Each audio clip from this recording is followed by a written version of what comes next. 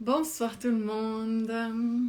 J'espère que vous allez bien en ce soir de Halloween. De, je sais jamais comment on prononce Samhain. Je crois que c'est Samhain. Ce jour où le voile entre l'ombre et la lumière est... Excusez-moi, je vois Héloïse qui arrive, super ponctuelle. Merci beaucoup Héloïse. Ce jour spécial de célébration, pour certains en tout cas, dans de nombreuses cultures. Hello Héloïse. Salut Perrine. Tu vas bien? Très bien et toi? Oui, ça va, merci. Merci beaucoup. Merci à toi, merci de ton invitation. Écoute, avec plaisir. C'est vraiment un sujet qui me tient à cœur de parler du Dharma, de la mission d'âme. Mais ce que j'ai réalisé, c'est que c'est pas toujours facile à expliquer dans nos cultures où l'âme parle pas forcément. Cette notion de mission peut être un peu lourd sur les épaules. Ouais. Et du coup, je me suis dit que il y avait rien de mieux que d'interviewer, de poser des questions, de, que des personnes qui incarnent pleinement ce que ça signifie, à mes yeux en tout cas, racontent leur histoire. En fait, je trouve qu'en racontant des histoires, on arrive à faire passer des messages. Et puis surtout, ça peut vraiment inspirer, créer des résonances chez les uns, chez les autres. Donc, Trop bien.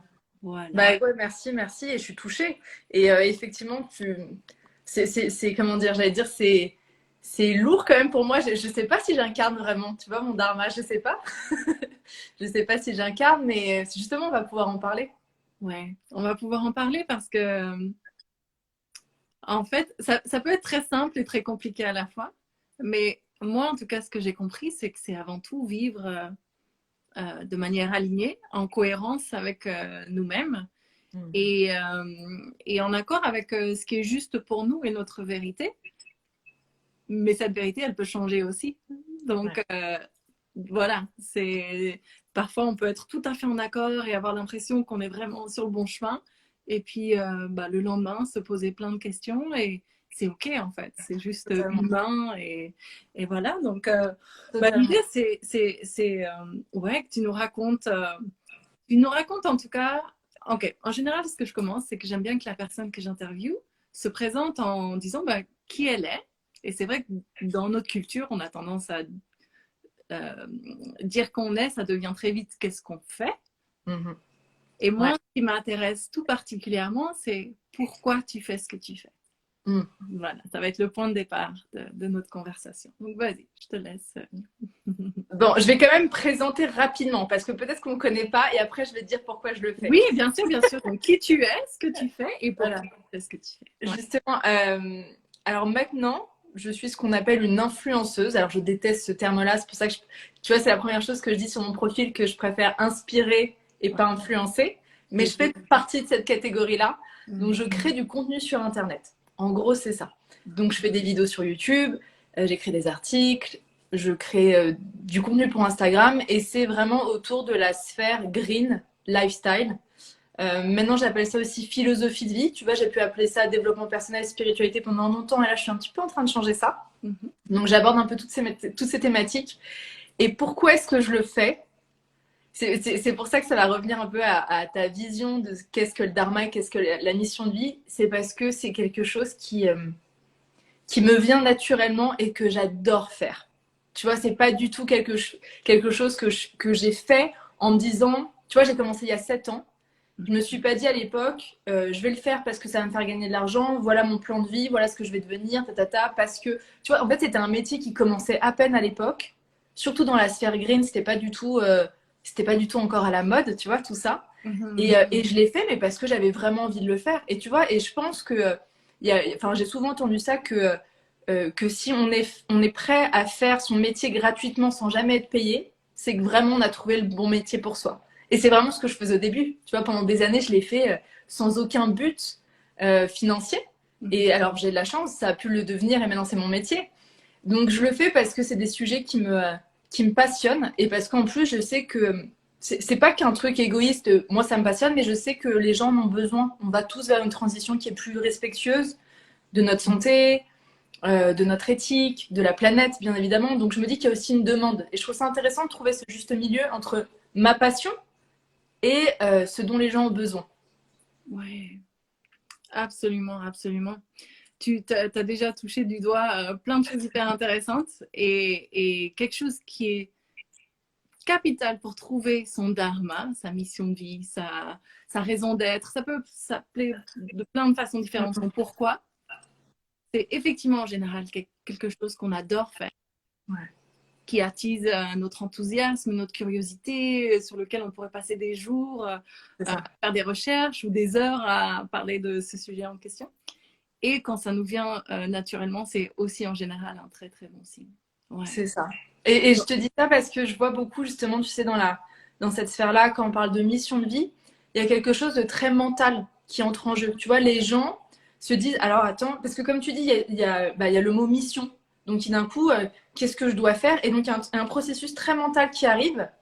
Et alors je pense que c'est beaucoup plus simple que ça. C'est qu'est-ce que tu fais naturellement? Qu'est-ce que tu as envie de faire? C'est voilà, juste ça. C'est pas très compliqué. C'est là. Ouais, c'est ça, exactement. Mais comme tu sais, il y a tout un truc et qu'on aime bien mentaliser les choses et qu'on aime bien processer les choses, voilà la mission de vie, voilà comment la découvrir, nanana. Je pense qu'on sait instinctivement ce qu'on aime faire. Pas besoin de le découvrir ni de chercher bien longtemps. Ouais. Sauf que du coup, souvent dans notre culture, on s'en est coupé en fait, par plein de mécanismes de conditionnement, d'éducation, et souvent on ne sait plus écouter ça. Donc c'est pour ça que pour moi, c'est hyper inspirant d'interviewer des personnes qui le vivent pleinement parce que voilà, pour rappeler que en fait, ça c'est possible pour tout un chacun en fait. C'est pas réservé que à une certaine élite ou un certain groupe. On est tous sur Terre pour vivre pleinement qui on est, en fait, tout simplement. Ouais, tout à fait. Et je pense, contrairement à ce que l'on pourrait penser, c'est pas forcément un métier. Tu vois, parce qu'on en parle souvent, on parle souvent de ça dans une sphère professionnelle, mais je pense qu'il y a des gens qui incarnent vraiment leur mission, entre guillemets, même si c'est pas le mot dont je suis fan, mais leur dharma, dans d'autres sphères de leur vie. Et ils sont pas obligés de l'incarner dans leur professionnel, tu vois. Et il y en a qui sont là. Et tu vois, je pense que ma mission de vie, si on croit à ça, si on croit à cette spiritualité, c'était pas d'être blogueuse. Tu vois, je pense pas que ce soit aussi précis que ça. Par contre, peut-être, je te lance un exemple, et j'en sais rien, c'était peut-être de transmettre. Donc peut-être que ça passait soit via le blog, j'aurais pu être institutrice, être prof à la fac, qu'importe en fait. Mais si c'était mon truc de transmettre parce que c'est ce que j'aime faire, voilà, je suis en train de le faire, mais de plein de façons différentes en fait. Absolument. Absolument, absolument. Et j'ai déjà utilisé cet exemple, mais parce que je le trouve tellement parlant. Une mère de famille, une femme au foyer, comme on appelle ça, Oui, peut vivre son dharma.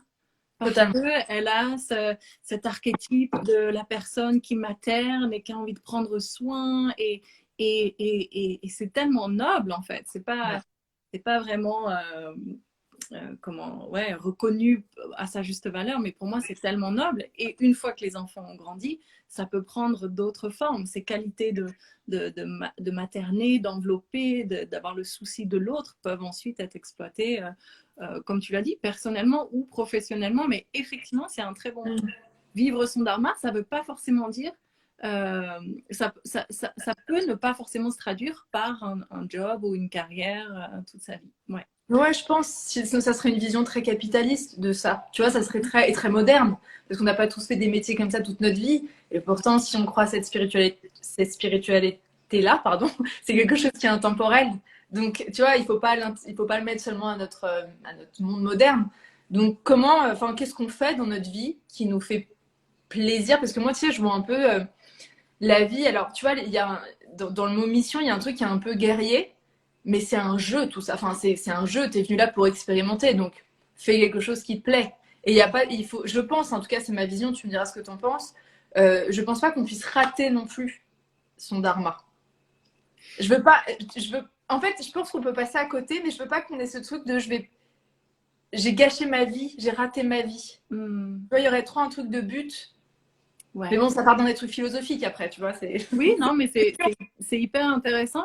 Mais c'est là où ce que tu viens de dire juste avant, parce que tu vois, tu pourrais penser à une personne qui a fait un boulot toute sa vie, qu'elle n'a pas aimé, qui l'a pas nourri intérieurement au-delà du paycheck à la fin du mois. Mais pour autant, elle peut avoir eu des hobbies et ces choses qui l'animent et qu'elle adore faire et qu'elle a réussi à faire à côté. Donc, d'un point de vue professionnel, elle pourrait dire, oui, j'ai raté ma vie, j'ai vraiment fait un job qui m'a pas satisfait, qui m'a... Mais pour autant, elle a quand même... Donc, effectivement, tu as raison qu'il faut pas mettre cette... Il faut pas... Il faut. On va essayer d'éviter de se Ouais, mettre cette pression ouais. qu'il y a quelque chose à atteindre dans la mesure où c'est vraiment...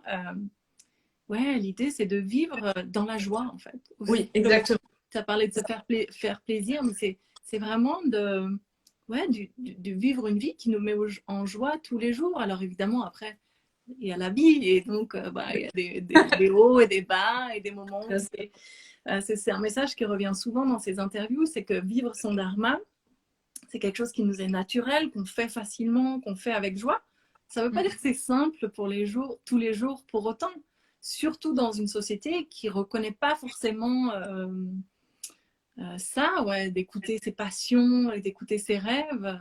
On nous le dit quand on est tout petit, qu'est-ce que tu voudrais faire quand tu serais grand? Et puis en fait, une fois que tu arrives à l'âge où il faut vraiment faire un choix, quoi, chanteuse? Ah non, non, ça va pas être possible. Ou coiffeuse? Ah ben non, c'est pas assez bien ça. Ou enfin, tu vois, il peut y avoir voilà, plein de conditionnements de ce genre. Et outre en dehors même de ces conditionnements, tu vois, de ces avis extérieurs, je pense que même quand tu vis de ta passion, c'est aussi comprendre que c'est pas tous les jours facile non plus. Vraiment pas. Et même si tu adores ce que tu fais et que tu as réussi à vivre de ce que tu fais, tu sais, t'as beau vivre ton dharma, t'as beau être à l'écoute de toi, d'être en joie dans ce que tu fais, comme tu dis, il y a la vie qui passe par là. Et on ne vit pas seul dans notre petit monde. On est en interaction avec les autres, chacun vit sa vie. Donc, bien évidemment qu'on n'est pas seulement en joie de tout et qu'il y a des contraintes et que ça fait partie du truc aussi. Et je dis ça parce que je connais tellement bien cette sphère de dev perso, de spiritualité, parce que j'ai tellement été dedans. Je le sais très bien et on se dit, ah mais non, attends, s'il y a des contraintes ou s'il y a la moindre émotion négative, c'est qu'il y a un truc qui va pas. C'est qu'il y a un truc qu'il faut changer. Mais non, ça fait partie de la vie et c'est normal aussi. Tu vois, il y a un moment, il faut revenir un peu à la réalité et personne ne vivra dans le monde de oui-oui et bisounours. Mais c'est normal, tout va bien. C'est ça, on est juste humain en fait. Et donc, Oui, ouais. l'humain, par définition, il passe par une palette d'émotions et c'est au contraire très sain de les accueillir toutes.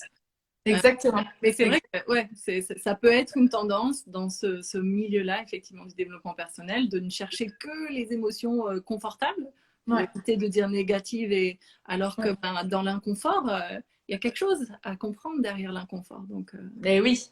ouais. C'est drôle parce que là, tu vois, ça me vient tout de suite. Je pense que l'inconfort peut être hyper positif.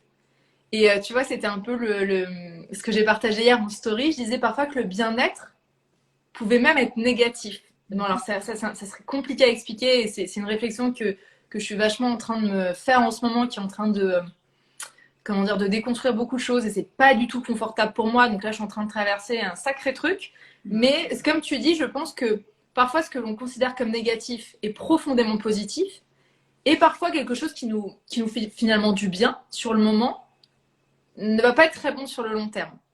Et tu vois, souvent, je donne l'exemple, alors c'est basique de chez basique, mais tu vois, quelqu'un qui prend de la drogue pour se détendre, et sur le moment, il va se dire, ouais, mais là, ça me fait du bien. Et c'est vrai, ça lui fait du bien, ça le détend, ça lui change les idées parce que peut-être qu'il a vécu une mauvaise journée ou je sais pas quoi. Est-ce qu'on peut dire que le bien-être que ça lui procure va faire du bien sur le long terme? Tu vois? Et, et parfois, alors là, je prends toujours l'exemple qui est assez grossier de la drogue, mais ça, tu vois, ça peut même être, tiens, cette croyance, cette idéologie, sur le moment, elle me fait du bien, ça me conforte. Mais est-ce qu'à long terme, elle va pas être néfaste pour moi? Ça, c'est beaucoup plus complexe. Tu vois, c'est.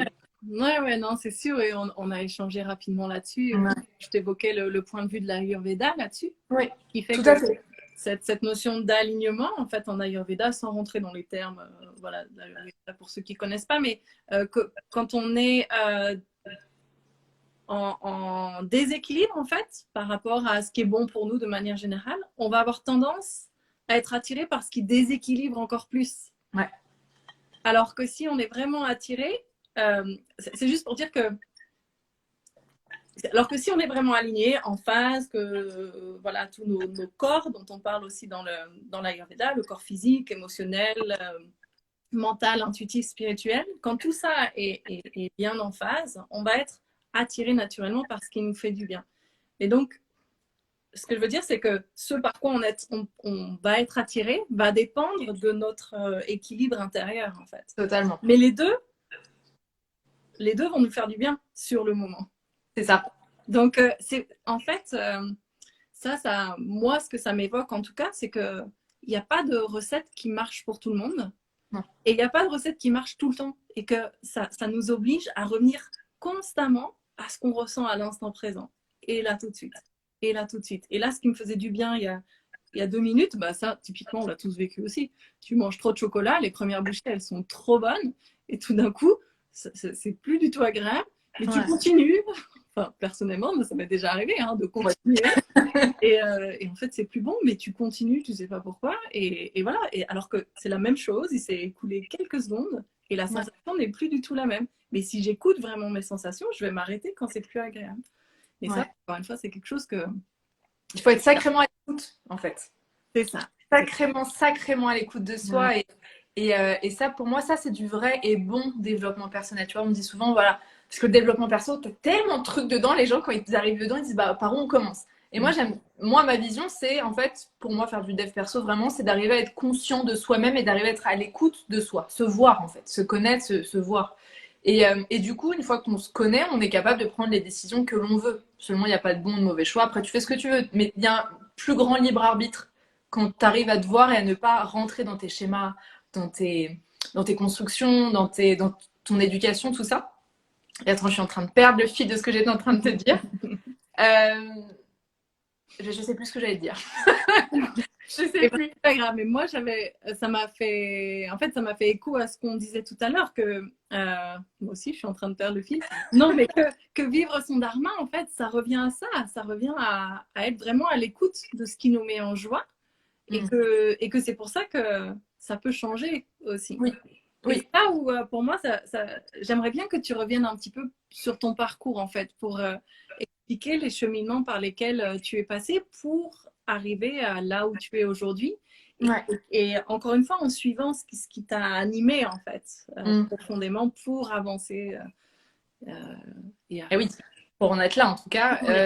Moi, mon premier métier, c'était d'être maquilleuse sur les plateaux de télévision. Et j'ai fait ça pendant 5 ans et j'ai adoré faire ça. J'ai adoré être sur les plateaux de télé, de côtoyer ces gens-là, de côtoyer ce côté artistique, les équipes techniques. J'ai adoré maquiller parce que pour moi, il y avait un truc très artistique et tout ça. Et déjà, tu vois, cet appel-là, parce que c'est pas anodin quand même de choisir un métier où il y a très très peu de débouchés. Il y a très peu de maquilleurs qui réussissent, en fait, enfin, qui vivent de ça, en tout cas. Mais, quand j'ai choisi après mon bac, quand j'ai dit que je voulais faire ça, mais autant te dire qu'on m'a dit, mais tu y arriveras. Enfin, il y a très peu de chances quand même que ça fonctionne. Et pourtant, j'étais persuadée, mais pas par un excès de confiance en moi. C'était un truc dans le cœur, dans le ventre de ah non, mais c'est une évidence. Je suis sûre que il n'y avait pas d'autre possibilité. C'était sûr, tu vois. Et donc, j'ai fait ça. J'ai adoré. Pas tout, bien évidemment. Il y a eu beaucoup de hauts, de bas. Tout n'était pas idéal, la preuve, sinon j'aurais continué sûrement. Mais ce qui est drôle, c'est que j'ai fait les bonnes rencontres pour faire ce que je fais maintenant. C'est-à-dire qu'à l'époque, moi j'ai toujours voulu, c'était mon rêve quand j'étais beaucoup plus jeune, avoir un magazine féminin. Je voulais être rédactrice artistique d'un magazine féminin. Donc c'est un peu ce qu'on fait maintenant finalement avec les blogs, tu vois, c'est qu'on gère tout ça. Mais à l'époque, c'était le début du net, tu vois. Et en fait, ce qui s'est passé, c'est que j'avais toujours eu ce truc de ah tiens, le blog. Sauf que j'avais pas du tout envie de me montrer. Moi, j'étais derrière la caméra, ça m'allait très bien. Et à l'époque, j'ai maquillé pendant quelques temps Caroline Receveur, qui était à l'époque une star de télé-réalité. Elle était devenue présentatrice sur la chaîne sur laquelle je bossais. Et en fait, on s'est très bien entendu. Et elle, à l'époque, elle venait de monter son blog. Et comme je lui donnais plein de tips beauté et que je commençais à m'intéresser vachement à tout ce qui était naturel, elle m'a dit bah tiens Aloïs, tu voudrais pas écrire pour mon blog des articles sur la beauté, t'occuper de toute la catégorie beauté. Je dis bah ouais, trop bien. Et je l'ai fait. Et forcément, quand on écrit pour Caroline Receveur, ça prend une vitesse bien plus rapide que si je l'avais fait toute seule et que j'avais essayé de me faire connaître au fur et à mesure. Donc j'ai commencé à écrire pour elle, j'ai ouvert mon blog en même temps. Et j'ai quand même fait les deux, on va dire pendant 2-3 ans, je crois. Et au bout d'un moment, j'ai senti que les plateaux télé, c'était plus pour moi. Ça y est, j'étais arrivée au bout. Mais jusqu'à maintenant, ça m'avait fait vachement de bien. Ça m'avait aidé à aussi, tu sais, avoir un statut d'intermittente qui me permettait d'avoir une sorte de chômage. C'est un peu particulier ce statut, mais Et donc de pouvoir finalement travailler que 10 jours par mois en télé et de pouvoir écrire et faire des vidéos à côté. Et donc tout ça pour que finalement à un moment je me dise, mais là pour le coup pareil ça a été plus fort que moi, je ne peux plus faire de télé, c'est fini. Et je vais me lancer dans le blog. Pourtant c'était que les débuts, je gagnais pas très bien ma vie avec ça, loin de là. Mais, et c'était dangereux même de partir de la télé, parce que c'est une place qui est chère et mais il y avait pas de, il y avait pas de choix. Et je m'étais dit, je préfère prendre le risque et faire n'importe quel autre métier après, mais ça, c'est fini pour moi. C'est fini. Je le sentais une fois de plus. Et j'ai commencé à faire le blog, enfin, à m'y mettre vraiment beaucoup. Et ça a très bien fonctionné. Et ça continue. Donc, je touche du bois et ça va. Génial, mais c'est excellent parce que ça montre que déjà à l'époque, en fait, tu vivais ton dharma. Quand les choses Ouais. sont tellement évidentes et que tu as cette conviction que ça va marcher et que tu vois, tu avais déjà cette écoute en fait. De Ouais. sentir que, ah ouais, non, là, il y a tout qui me dit qu'il faut y aller, quelles que soient les nuisances sonores, entre guillemets, les personnes qui renvoient leur propre peur souvent et qui te disent, mais ça va être dur et ça va être ci, ça va être ça. Et toi, tu étais là, j'y vais, je sais, je suis confiante. Et enfin, moi, je sais que ça m'est arrivé aussi, ce genre de choses. Et c'est hyper fort, en fait. Quand tu avances, tu sais que ça va pas forcément être simple, mais tu as cette espèce de conviction. Et c'est intéressant parce que tu as parlé de cœur, tu as parlé de tripes. Mm-mm. Et ça passe souvent, ces sensations, cette intuition, quel que soit le nom dont qu'on veut lui donner, ça passe très souvent par des sensations au niveau du corps. Parce que Ah oui. la tête, on peut se raconter plein de choses. Le Ouais. corps, en général, il ment pas. Mais Ouais. leur part, ça demande une écoute. Une Ouais. écoute. Et donc, c'est intéressant que toi, déjà à l'époque, tu sentais et que tu sentais à la fois quand il était le temps d'aller et Mm. quand il était le temps de non, là, ça y est, fini. Non, il Ouais. faut qu'on passe à autre chose. Et alors, ça vient de me revenir ce que je voulais dire tout à l'heure, où je Oui, te disais que ouais, c'est hyper important d'être à l'écoute. Et je pense que c'est pour ça qu'à notre époque, c'est hyper important aussi de se couper parfois des réseaux sociaux. Parce que tout ça, en fait, c'est du bruit qui empêche de nous écouter. Et on s'en rend peut-être pas compte, mais on est vraiment assailli de notifications. Si c'est pas les mails, c'est les réseaux sociaux, Instagram, TikTok, les mails, tous les appels, les SMS qui arrivent à n'importe quelle heure. Et en fait, on se rend plus compte qu'on vit mais vraiment dans un bruit, mais constant. Et justement, c'est ça qui peut empêcher parfois d'être à l'écoute. Donc parfois, juste le silence, il n'y a pas besoin de se mettre dans une grotte et de méditer pendant 15 jours. Tu vois, juste parfois de faire le silence chez soi. Et là, il y a un truc qui est plus clair. Donc ça, c'était déjà la première chose que je voulais te dire tout à l'heure. Et il y a aussi une deuxième chose. Je me suis toujours demandé parce que, comme tu dis, en fait, toi, tu as cette vision de j'ai senti l'appel et donc ça a forcément marché parce que c'est ce vers quoi je devais aller. Mais il y a aussi un autre truc qui se passe, qui est plus au niveau du cerveau aussi. C'est comme j'étais persuadée que ça allait fonctionner, je suis sûre que j'ai dégagé aussi d'autres choses. Tu vois, c'est-à-dire que j'avais forcément une confiance, une posture, une gestuelle, et j'avais une sorte de confiance en moi qui n'a fait qu'aider le fait que ça marche. Tu vois, c'est que je pense que ça va aussi dans ce sens-là. C'est pas seulement ah bah c'est ma mission donc tout va se faire. C'est parce qu'on est persuadé qu'il y a un truc qui fonctionne parce que ça s'imprègne en nous, tu vois. ouais. Ouais, c'est vraiment cette création d'un cercle vertueux, Ouais. mais qui se fait pas quand on se roule les pouces sur son canapé, en fait. Non. Tu vois, ça a beau être ta mission, si tu fais rien, il va rien se passer. Ouais. Donc, effectivement, c'est à la fois de sentir que, ah, tiens, ça sonne juste, ça m'intrigue, ça m'appelle, ça attise ma curiosité. Mais du coup, je me mets dans le mouvement et je fais des appels et j'envoie des emails. Et là, du coup, souvent, et on y reviendra un petit peu à la fin parce que j'aime bien ce côté-là aussi, raconter, tu vois, un peu les synchronicités. Tu as fait des appels, tu as mis des choses en mouvement. Et ensuite, bah, tiens, tu tombes sur quelqu'un au coin de la rue. Tiens, bah, il y a quelqu'un qui te dit, bah, je cherche justement Nana qui va te permettre de rencontrer. Mais c'est vraiment une danse entre les deux, en fait. Ouais. Tu as Ouais. raison, c'est important de rappeler que c'est pas juste, y a un truc qui est dessiné pour nous, et puis il faut juste trouver le bon chemin, et puis ensuite on s'assoit, on attend, et puis ça se fait tout seul. Pas du tout. Ça peut être un des pièges justement, mais qui est très insidieux. Hein. C'est pas aussi genre je me roule les pouces, enfin et voilà et j'attends. Mais il y a un truc qui est un peu, tu sais, quand on croit au destin, tout ça, on pourrait avoir une tendance inconsciente au bout d'un moment à se dire bon bah si c'est ce vers quoi je dois aller, si mon destin est écrit, ça va se faire. j'ai pas tant besoin de forcer non plus et ça va se faire. Donc il y a un truc un peu finalement qui est où on est plus proactif dans sa vie. On se laisse un peu aller, on attend les opportunités. Mais ça, je suis pas sûre que ce soit très bon non plus. Tu vois, donc c'est pour ça que je suis sûre qu'en fait, je suis sûre qu'on n'est même pas obligé de connaître les notions de mission de vie. Je suis même pas sûre qu'on soit obligé de connaître quelle est notre mission de vie. Juste agis normalement, c'est-à-dire fais ce que tu as envie de faire, fais tout pour que ça réussisse. Et en fait, ça va se faire. Enfin, et la mission de vie s'accomplit. Mais on n'a même pas besoin d'en avoir conscience. Bien sûr. Tu vois? Bien sûr. Non, moi, tout l'accompagnement que je propose, c'est en fait, c'est comme si je voulais accompagner celle que j'étais moi il y a peut-être 15 ans en arrière.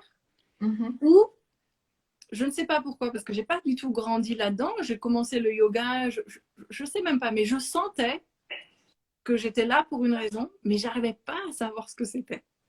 Et je me sentais toujours un peu pas à ma place et tout ça. Mais j'étais en quête de cette mission. Donc, c'est vrai que moi, ce que je propose, c'est d'accompagner des personnes qui sont là-dedans. Mais on peut tout à fait vivre une vie super épanouie, en phase, avoir trouvé sa voie, oser s'exprimer sans avoir conscience de ces choses-là. Hein. De le faire naturellement. Donc, ouais, je suis tout à fait d'accord. Comment tu les aides, comment tu les guides, tu utilises quel type d'outils pour ça? Un peu les questions que je te pose ce soir, okay. En fait, c'est aller toucher du doigt justement ce qui met en joie, ce qui t'anime, que ce soit dans un sens ou dans l'autre. Ça peut être intéressant d'aller explorer aussi ce qui t'anime, mais dans le sens qui te met en colère ou ce qui te met les nerfs à fleur de peau. Bah, il y a toujours des messages en fait dans toute émotion. Émotion, c'est emotion, energy in motion. Donc, de l'énergie qui est en mouvement. C'est quelque chose qui passe à travers nous, qui nous apporte un message, que ce soit encore une fois en confortable ou en inconfortable. Mais voilà, ça peut être des choses comme ça. C'est revenir à l'écoute du corps justement et des sensations. Enfin, ça peut prendre mille et une formes, mais ouais, en tout cas, c'est ce que je voulais dire, c'est qu'on peut être dans cette quête-là ou pas. Et ça ne veut pas dire qu'on n'est pas que si on n'est pas dans cette quête, on va passer à côté de quelque chose, comme tu disais tout à l'heure. Ouais, c'est ça. Ouais. C'est ça. Alors, est-ce que, parce que de ce que je ressens, de ce que tu as raconté, ça s'est fait assez intuitivement chez toi, mais est-ce que tu dirais qu'il y a des personnes, alors tu as parlé de Caroline Receveur, est-ce qu'il y a d'autres personnes qui ont été significatives sur ton chemin, qui t'ont aidé à avancer et que tu dirais, bah oui, sans cette personne, je ne serais pas là aujourd'hui? Ouais. Mais alors, pour le coup, ouais, c'était beaucoup Caroline Receveur à l'époque. Mais en fait, je pense qu'il y a plein de gens, mais qui ont eu plein de tout petits rôles, sans même que moi j'en ai conscience, tu vois. Mais il suffit surtout sur les réseaux sociaux. Il suffit que quelqu'un ait aimé un article à moi et qu'il l'ait partagé. Et ben cette personne, elle a eu un impact énorme dans ma vie d'influenceuse, tu vois.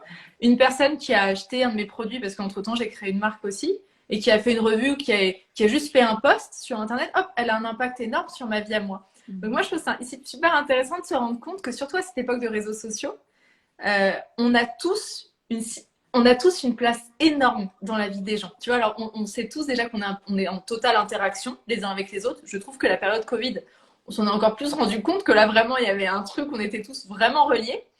Et on est tous reliés dans la réussite des autres, vraiment. Et tu sais, ça peut être quelqu'un qui, à un moment, quand j'étais pas bien, juste m'a souri dans la rue, quelqu'un qui a été gentil avec moi. Et du coup, tu sais, je me souviens d'une époque, c'était l'année dernière quand j'étais en train d'emménager dans mon nouvel appart. J'avais raconté dans une de mes stories, parce qu'il m'était arrivé un truc le matin même avec le mec qui était venu installer ma fibre ou un truc comme ça, tu vois. Et le mec avait été mais adorable. Et vraiment, je m'étais dit, mais c'est génial que ça se passe parfois comme ça. Et ça m'avait fait, vraiment, c'était de la bienveillance à l'état pur. Et donc, j'avais raconté ça en story. Il y avait eu plein de réactions, ce qui avait provoqué ensuite toute une vidéo sur le sujet, parce que ça avait fait réagir certaines femmes qui disaient qu'elles n'osaient plus être gentilles, qu'elles n'osaient plus être dans la bienveillance, parce que parfois c'était mal reçu. Donc ça a soulevé plein d'autres problématiques. Ça a fait une vidéo super intéressante. C'est comme ça qu'à un moment, j'ai rencontré mon binôme avec qui j'ai fait un podcast. Enfin, tu sais, donc ce mec qui a installé ma fibre ne sait sûrement pas tout ce que ça a provoqué derrière. Et pourtant, ça a été hyper important. Ouais. Tu vois, donc je pense que c'est des trucs, mais parfois tout bête. Donc là, j'ai pas d'autres noms à te donner. J'ai celui qui aurait une sœur qui vient parce qu'effectivement, voilà, le blog aurait sûrement pas autant réussi rapidement, en tout cas, si elle n'avait pas été là. Mais chaque petite personne, chaque personne qui a parlé de mon blog, tout ça, a eu son importance. Hmm. Ouais. Mais c'est hyper important ce que tu dis, parce que oui, il peut y avoir des personnes phares dans notre vie qui nous ont vraiment... Mais effectivement, moi, je suis convaincue qu'on est vraiment comme les cellules d'un organisme et que du coup, on s'influence tous les uns les autres Ouais, sans s'en rendre compte forcément. c'est Et, ça. et du coup, je trouve que c'est hyper intéressant, et c'est pareil, c'est un thème qui revient tout le temps, mais de réaliser à quel point si on est bien avec soi-même, eh ben, forcément, on va dégager quelque chose que les autres vont ressentir. Et du coup, c'est pour ça que je trouve important de rappeler que prendre soin de soi, dans tous les sens du terme, hein, c'est hyper important et c'est tout sauf égoïste parce que oui, quand on est bien avec nous-mêmes, eh ben, c'est beaucoup plus facile d'être bien avec les autres. Et du coup, bah, si tu es bien avec les autres, voilà, tu vas faire la journée de quelqu'un parce que tu lui as souri, parce que tu l'as aidé dans la rue, parce que tu l'as complimenté sur sa tenue, parce que pour plein de choses, parce que tu as fait ton travail consciencieusement. Et du coup, enfin, voilà, et là encore, l'effet ricochet et l'effet cercle vertueux, euh, Il est énorme. Énorme. énorme, il est énorme. Ouais. Et évidemment, ça peut aller dans l'autre sens aussi. Donc, Ouais. ouais, le Oui. côté dharma, c'est vrai que c'est vraiment entretenir celui-là, quoi. Et ne serait-ce, voilà, et de ça aussi, de réaliser que vivre son dharma, ça peut, on pourrait voir quelque chose, on pourrait voir ça, pardon, j'ai du mal à parler ce soir, comme quelque chose d'égoïste aussi, de suivre ses rêves, mais encore une fois, de ça va émaner quelque chose de tellement fort et beau et rayonnant qu'on va inspirer les autres, Mm. peut-être de manière indirecte, mais voilà, de réaliser que suivre ses rêves et suivre ce qui nous met en joie, en fait, c'est tout sauf égoïste. Ouais, ouais, je suis vraiment, vraiment d'accord avec toi. Je sais que c'est une vision qui peut, enfin, que le dev perso peut donner cette vision-là. Et je comprends, parce qu'il y a certaines personnes qui, enfin, tu vois, comme n'importe quelle discipline, comme n'importe quelle philosophie, il y a des trucs qui vont trop loin et où parfois ça, ouais, bref, c'est plus vraiment très aligné. Et donc, je comprends qu'on puisse avoir cette vision d'égoïsme.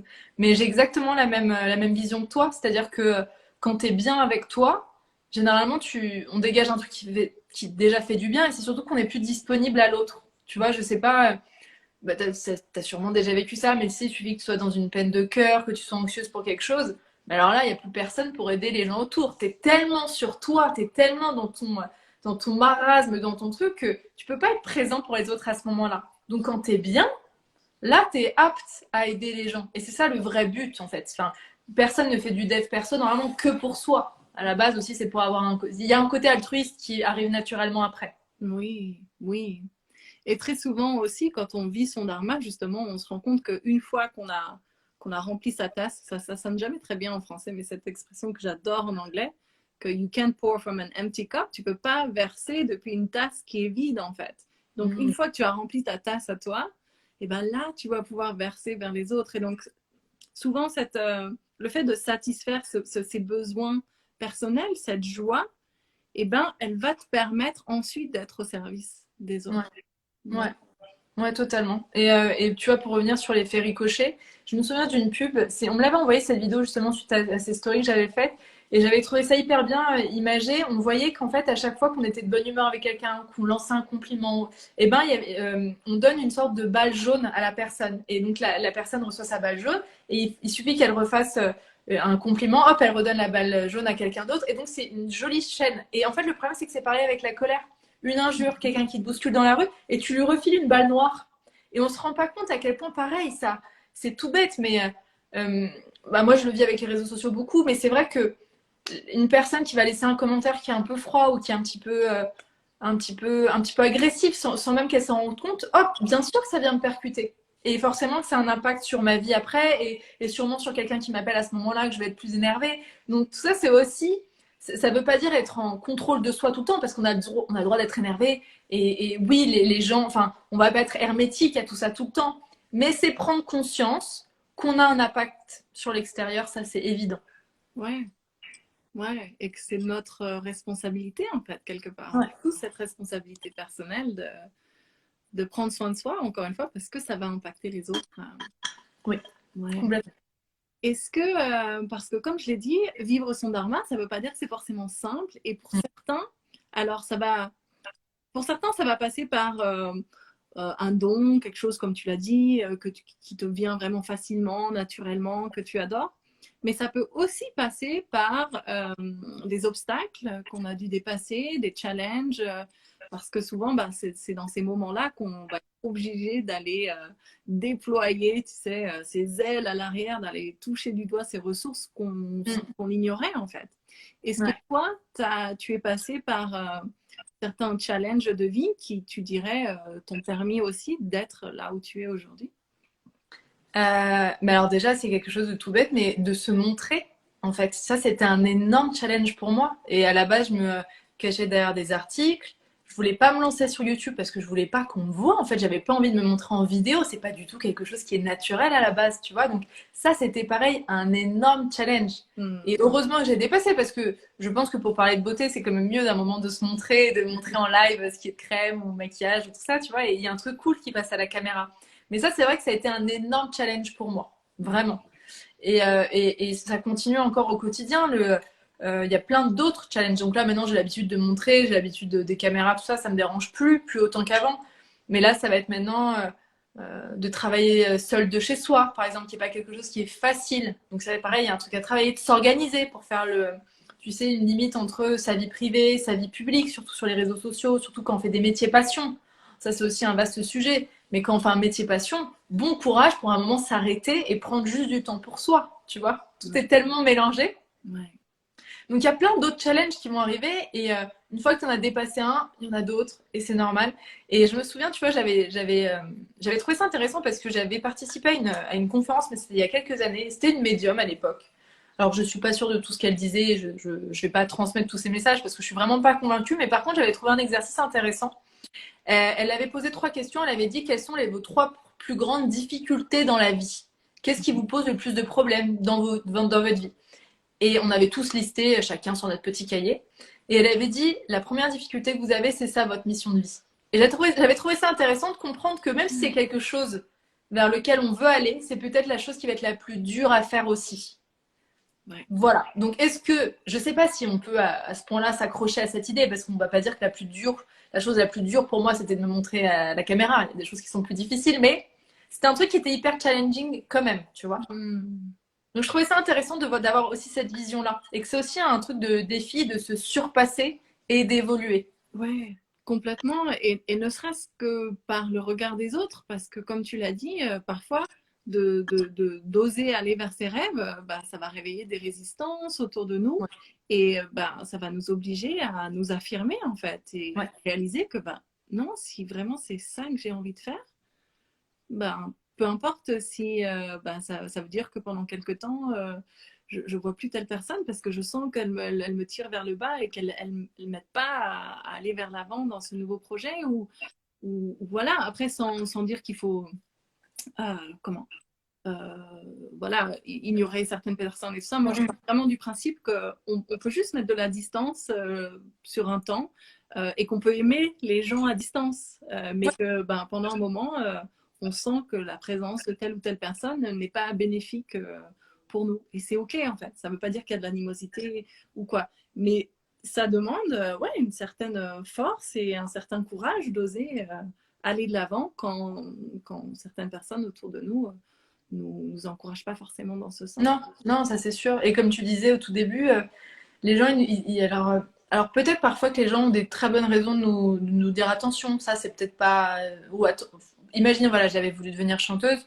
J'espère qu'on m'aurait pas interdit, mais on m'aurait peut-être dit continue quand même des études en parallèle parce que si ça ne réussit pas, bon voilà. Et en fait, il n'y a pas quelque chose de totalement négatif et c'est pas totalement bête Ah, ouais, de ouais. préconiser quelque chose comme ça. Donc c'est bien aussi d'écouter. Mais comme tu dis, il y a beaucoup de gens qui projettent leurs propres peurs ou les choses qu'elles n'ont pas osé faire ou des choses qui ne font pas partie de leur univers. Tu vois, des gens qui ne surfent pas sur le net et tout, qui ne sont pas du tout dans ces milieux-là, quand tu leur dis non mais je vis ma vie en fait en faisant des vidéos YouTube, ils vont dire non mais c'est pas possible, ça ne peut pas fonctionner. Mais si, en fait, si, moi je sais que oui. Donc en fait, comme tu dis, il faut faire la part entre ce qui va me servir et ce qui est de leur prisme à eux. Ouais, ouais, exactement, exactement. Euh, Est-ce que, au contraire, donc tu as déjà partagé ta rencontre avec Caroline Receveur, mais est-ce qu'il y a d'autres synchronicités qui t'ont marqué dans justement cette avancée vers ce chemin qui te semblait juste pour toi et que tu aurais envie de partager Je réfléchis pas tant dans mon métier, tu vois. Non, il y a eu plein de trucs où ça se passait en fait plutôt naturellement, ça oui.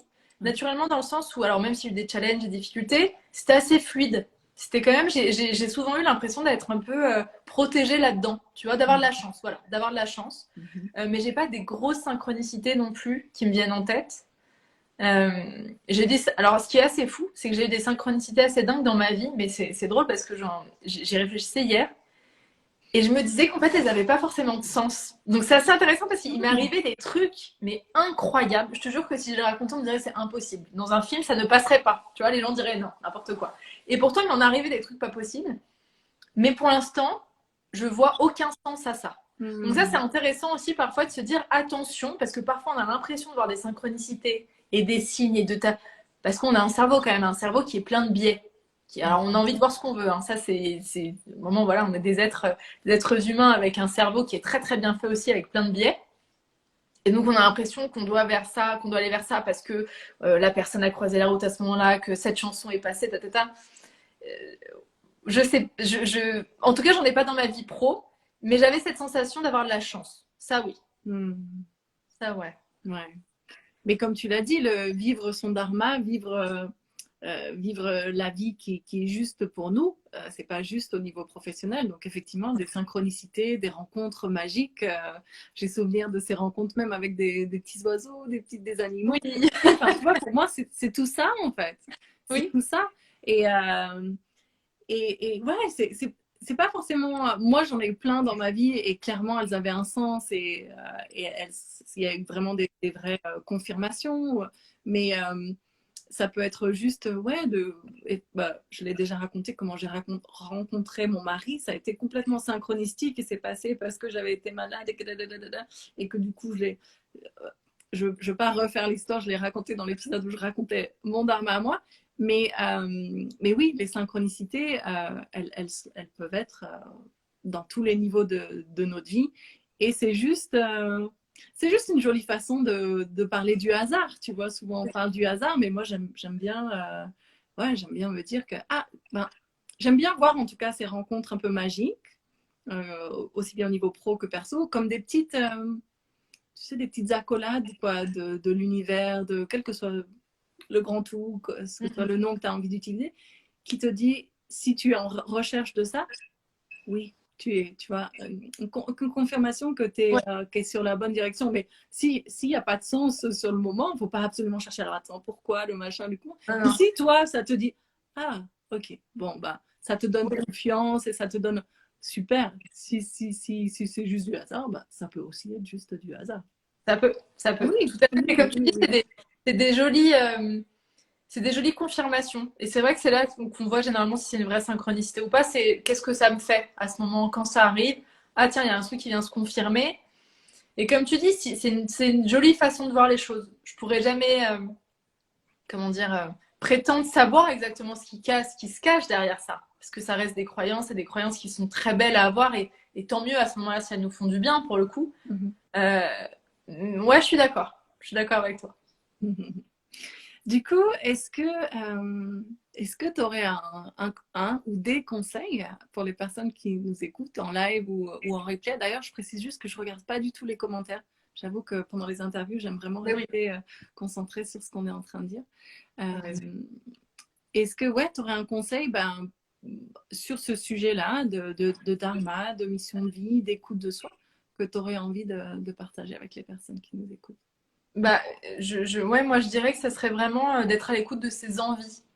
C'est aussi simple que ça. C'est d'être à l'écoute de ses envies et que nos envies nous montrent exactement ce vers quoi on doit aller. Et j'essaie en fait avec ça d'alléger un petit peu cette notion de dharma, c'est-à-dire ce truc de mission et c'est lourd et il faut le réussir et attention si je l'ai pas c'est dramatique. Non, on suit tes envies et voilà c'est aussi simple que ça en fait. Ouais. Voilà tout ce Ouais. que je dirais. Ouais, mais c'est tellement ça en fait. C'est pour ça que j'ai commencé en disant ça peut paraître très compliqué et en même temps c'est tellement Non. simple. Ouais. Ouais. Envie, moi c'est la joie surtout, enfin souvent Oui. le mot que j'utilise. Mais les envies en tout cas ont toujours un sens. Oui. Et c'est intéressant aussi d'observer que nos envies elles peuvent changer au cours de notre vie. Ouais. Et c'est OK, tu vois. Moi, j'ai étudié le yoga, et puis à un moment, j'étais très intéressée par tout ce qui était yoga prénatal, et puis après, c'était yoga de la fertilité, et puis aujourd'hui, ben, c'est plus le coaching que je sens qui m'appelle, et c'est OK en fait. Mais tout ça sont tous des petits cailloux qui font que je suis là où je suis aujourd'hui. Non mais t'as raison parce que moi c'est vrai j'utilise le mot envie. Mais tu as raison, il y a un truc qui résonne plus avec le terme joie. Parce que l'envie, il peut y avoir un truc qui est un peu. On a parfois envie de quelque chose qui n'est pas du tout bon pour nous. Donc, tu as raison, c'est plus ce qui te fait plaisir, ce qui te donne envie et ce qui te procure de la joie. C'est ça le bon terme. Merci. Ouais. Non, mais encore une fois, j'aime bien que chacun exprime ses mots parce que bah, moi, joie, ça résonne avec moi, mais peut-être d'autres personnes résonneront plus avec envie. Là, ce qui me vient, c'est que les envies, elles peuvent peut-être être un peu plus conditionnées en fait. Oui. Parce que tu vois plein d'autres gens qui font ça ou qui se lancent là-dedans, ça te donne envie, mais est-ce que vraiment ça te nourrit et ça te met en joie intérieurement, tu vois? Peut-être qu'il peut y avoir, mais l'envie peut être clairement quelque chose à suivre aussi si on sent que ça réveille quelque chose en nous, quoi. Bah, suivons nos envies et on voit si ça nous procure de la joie ou pas. Voilà. Super, super. Bah, écoute, on a quasiment fait le tour déjà. Okay. Alors, est-ce que tu voudrais partager ton actualité du moment? Où est-ce que les personnes peuvent te retrouver? Quels sont tes projets? Qu'est-ce qui te met en joie en ce moment, justement? Là, j'ai plein de trucs à partager parce que ce fut des moments très intenses dernièrement. J'ai mon 4e produit qui est sorti il y a une semaine à peu près qui s'appelle l'Enchanteur. C'est un petit baume à tout faire, un baume 100% naturel. C'est le 4e produit de ma marque. Donc ça, voilà, il est sorti il y a une semaine. Bravo. Merci, quel travail. J'ai essayé tous les produits jusque-là et je suis complètement fan. Donc, Ah, merci. j'approuve, je valide, je tamponne et j'essaierai le baume. Merci. Merci pour ta confiance. Donc il y a ça, et si les gens veulent me retrouver, j'ai 2 comptes. Donc j'ai Héloïse Monchablon, là où est ce live. Et j'ai aussi justement le compte de la marque Héloïse.beauté pour justement le nom de la marque. Et sinon sur YouTube, Easy Blush. Mon blog c'est easyblushaussi.fr. Voilà, écoutez, je continue de parler de tout ce qui m'inspire au quotidien et ça va de la beauté à l'alimentation, à mes lectures, à des podcasts que j'écoute et qui me font avoir des grandes illuminations ou pas. Donc c'est très lifestyle et j'aime bien parler d'un peu de tout. Voilà. Génial, génial. Merci. Ben, super. Ouais, merci beaucoup à toi d'avoir partagé tout ça avec nous, d'avoir inspiré, je l'espère, toutes les personnes qui nous ont écoutés et qui nous écouteront en replay. Le replay sera disponible sur mon compte et puis après je mets toujours de la vidéo aussi sur YouTube pour celles qui veulent top. préférer regarder sur YouTube. Moi je sais que j'aime bien vraiment mettre en accéléré, tu sais, quand tu n'as pas forcément le temps, Mais oui. tu un peu en accéléré. C'est surtout quand c'est des longues vidéos comme ça, c'est beaucoup plus agréable à regarder sur YouTube et pas sur le téléphone, comme ça sur une application. Ouais. Merci en tout cas. Ben, merci à toi. Belle continuation pour tout ce que tu transmets et que ce soit via du contenu et via tes produits qui sont super. Merci beaucoup de ton temps, d'avoir accepté l'invitation et puis à bientôt. À très vite. Bye bye. Bonne soirée. Bye. Au revoir tout le monde. Merci pour l'écoute. À bientôt. Salut.